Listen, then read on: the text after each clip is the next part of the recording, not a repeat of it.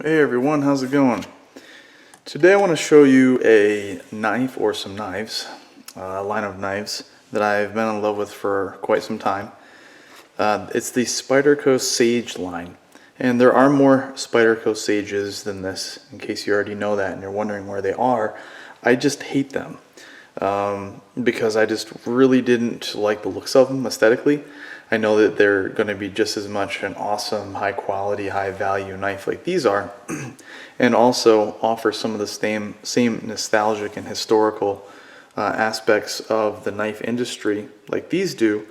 But if I don't like the looks of them, I'm probably not going to get them. Not to mention that these two were gifts, and this one, the Sage 1, or the first Sage that they created, was probably the very first knife that I bought that was over $100, $150, something like that.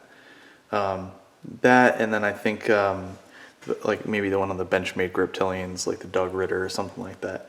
So it was pretty early on in my knife collecting that I picked up the Sage 1. I mean, I've had knives since I was a little kid, but you know, more of the expensive ones, this kind of started it all for me. And if you're not familiar with the Sage line, there are, I think technically there's 5 of them, even though I think they've had like a couple, like let's just say they had a couple Sage 3s or a couple Sage 4s. I can't really remember. I think it was like the 4th one. It was a lock back.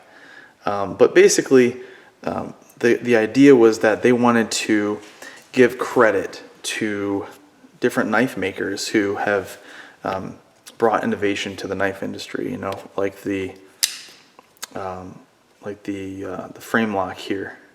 You know, that I believe they're kind of tipping their hats to Chris Reeves there, and that's awesome. A lot of people actually compare this knife to, you know, the Sebenza and call it the poor man's Sebenza. I don't know if I'd go that far, but it's reminiscent of it from the matte titanium and the S30V, but they are light years apart in design. So anyway, that's the whole significance to the Sage line, is that each of the knives, whether it's a liner lock or the frame lock or the bolt action lock. I think that was Blackie Collins who did that. I'm not going to go into all, you know, who did what and give you a history lesson or anything here. I just want to show you these knives because I think that they are outstanding everyday carry options. I think they are extremely high value, and if you truly appreciate knives, the knife industry, then these are something that I think everyone should have at least one of in their collection. These have been used a lot over the years, and my awesome wife again gifted me the Sage 2 and the Sage 3, and you know, I use the hell out of all of them. The main thing that I really like is that, you know, whether you're looking for, you know, a specific type of lock or a specific type of material, you know, G10, carbon fiber, titanium, that's what's so cool, is that you can accomplish, or you can get so much variety but get the same design knife. Most of the time you'll have sprint runs, for example, is what Spyderco calls them, where they're the same knife design is going to give you, you know, maybe different materials. Usually it's going to be just a different blade steel that they'll offer. And if they give you a different handle, it's usually still G10, for example, but it'll be a different color G10, right? But never are you going to see them start using different types of locking mechanisms. You know, that's pretty impressive that they can, for the most part, keep the same form factor, the same design, and implement or integrate a different lock type. That's really impressive. So, you know, that's something that's very unique and very special about the Sage line of knives. And it really is great because if you do prefer a specific type of locking mechanism, you have options.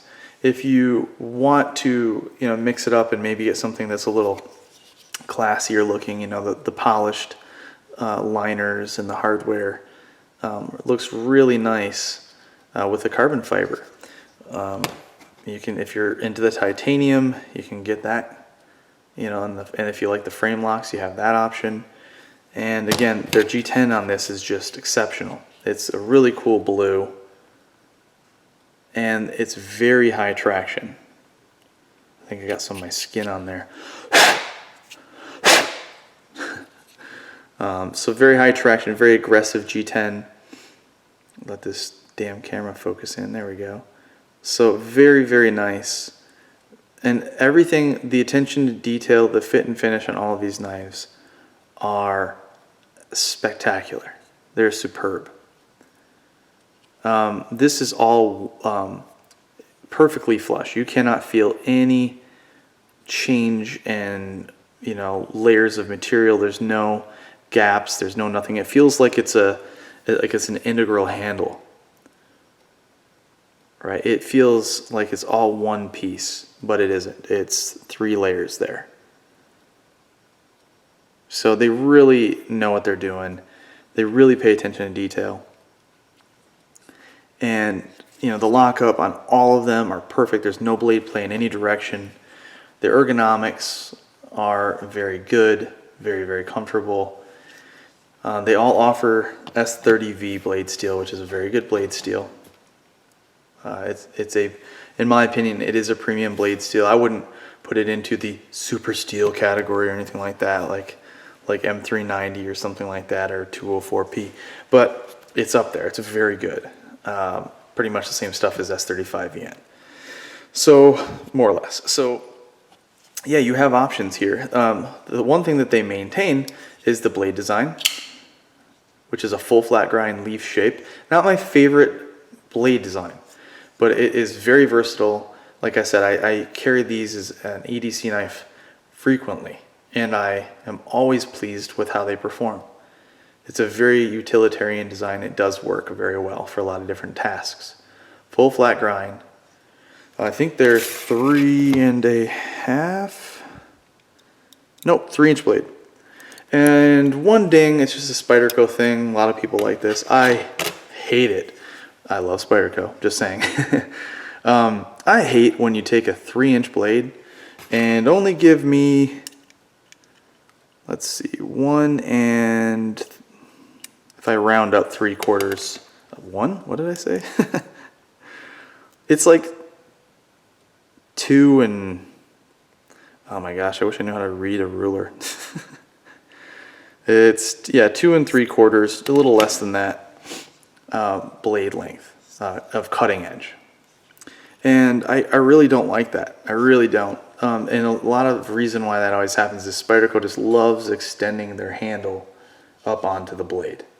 Like, oh, I can't get enough handle. You know, what if you have the most massive hands in the world? You know, then we want to make sure that if you have, you know, an extra finger, that yeah, you know, you have plenty of extra room. You can really choke up on your knife. I don't get it. I really don't get it. I have a finger choil right here. You know, raise this up a little bit so I can get a higher grip on the handle and give me more cutting edge. That's just my personal opinion. They do that on their paramilitary too, and hell, a ton of their knives. And that's one thing I hate with a passion about Spyderco designs. However, if you really need to choke up on your knife like that, which I don't understand, especially when it's only a 3-inch blade anyway, you know, you can do that. And you do have a nice size, full-size finger choil on the bottom there with jimping, very good jimping. Jimping on the spine here as well. If I could get my camera to focus, there we go. Very nice. And very solid lockup on all of their knives. Like I said, no blade play. So you're always going to have that extra choil if you do want to choke up on your knife. Okay? Or you can just hold it like a normal human being. Sorry about the passive aggressiveness there. I just can't help myself. Plenty of access to disengage the lock on both of these. This is great. Big old Spidey hole, which I love.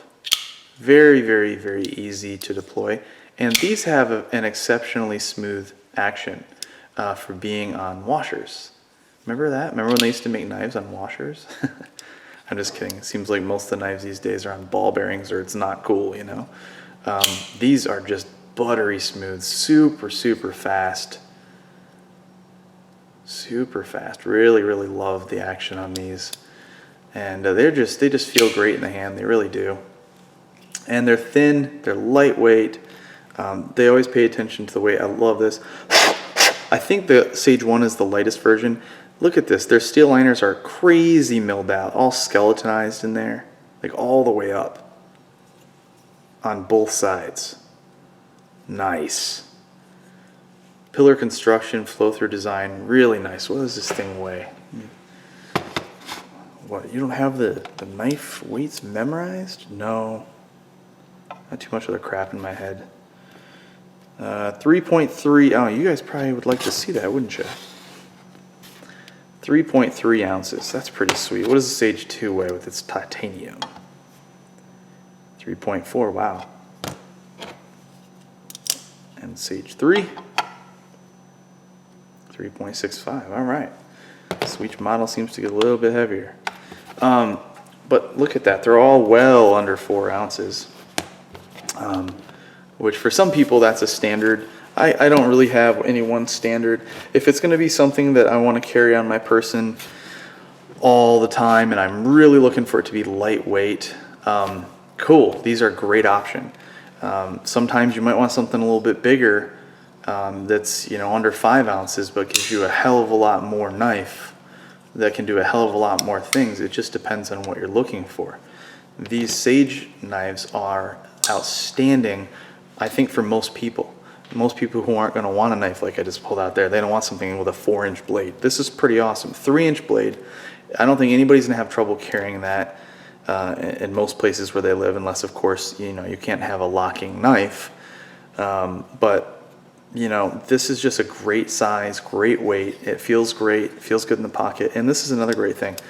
Another great reason why it feels great in the pocket is that they have these awesome wire clips that carry deep in the pocket, but not too deep. You can still get a hold of stuff, pull it out very easily. But they're very lightweight and they're very springy but very firm. So they really hold the knife in place very well, buried in your pocket, so you don't have to worry about, you know, the heightened chance of it falling out and you losing it. So yeah, just they all deploy really, really fast. You know, I honestly can't remember you know, exact pricing on these, especially since they fluctuate. I feel like the titanium, like the Sage 1 and Sage 2 might be a little bit more, and then the G10 might be a little bit less. I was just looking the other day and was looking at what these were going for, and I saw there's, I think, a couple bids on it, but it's on eBay, and I think the Sage 3 here with this G10 is the only one I saw on there. I saw plenty of these.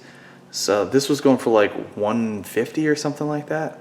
So I mean, that's awesome. Think about it. I mean, that's awesome. If you can get one of these knives for 150 bucks, maybe even closer to 200, I wouldn't bat an eye at it. I mean, great blade steel, outstanding construction. Yes, they are made in Taiwan, but some of the better knives from Spyderco are made in Taiwan.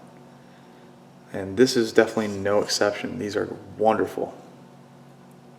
S30 V blade steel, a wonderful full flat grade blade grind. And yes, maybe I've been drinking, sorry, can't speak. And then you have all these different options, and there's more. Like I said, there's like a Sage 4, a Sage 5. I think they had one that kind of had that really gross, cheap looking carbon fiber laminate stuff that they had in some of the dominoes and the dice, I think it was. Not a fan of that. Most people weren't, from what I heard, but if you like that sort of thing, it's out there. I love the looks of this carbon fiber, even though I'm not a big carbon fiber guy. It looks nice. Everything's chamfered off, very comfortable. There are 0 hot spots on this knife. It feels excellent. Very great lockup because of the jimping. It's really nice and versatile, so that way if you want to change and carry from a right hand tip up carry, you can go left hand tip up carry.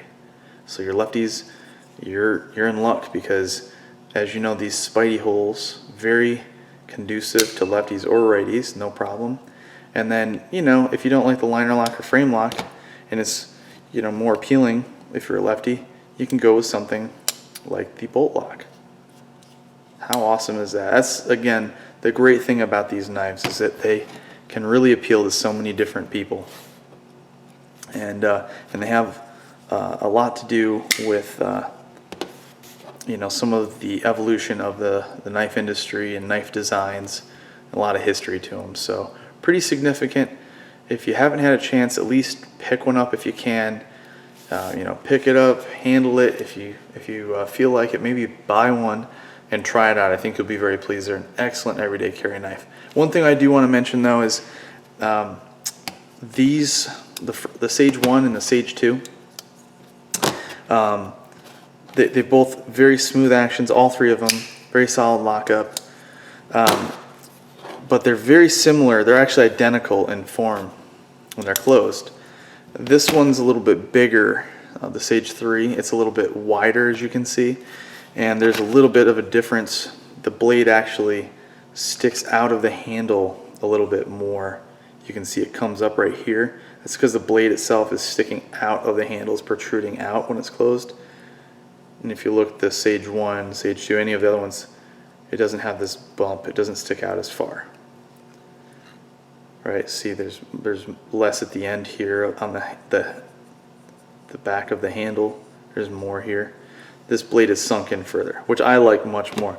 The reason why they had to do that is because they have extra stuff going on in the back here inside, and so they had to make room for it. And the other thing is that there is a sub frame or a liner inside it that's steel, and it runs literally the whole length, and it too is skeletonized. So they really pay attention to detail and lighten this up as much as they can, because they know these are ideal knives for everyday carry options. So definitely keep them in mind, and let me know if you have any questions or comments. I always appreciate them and welcome them. Thanks again for watching. Please like and subscribe, and have a great day.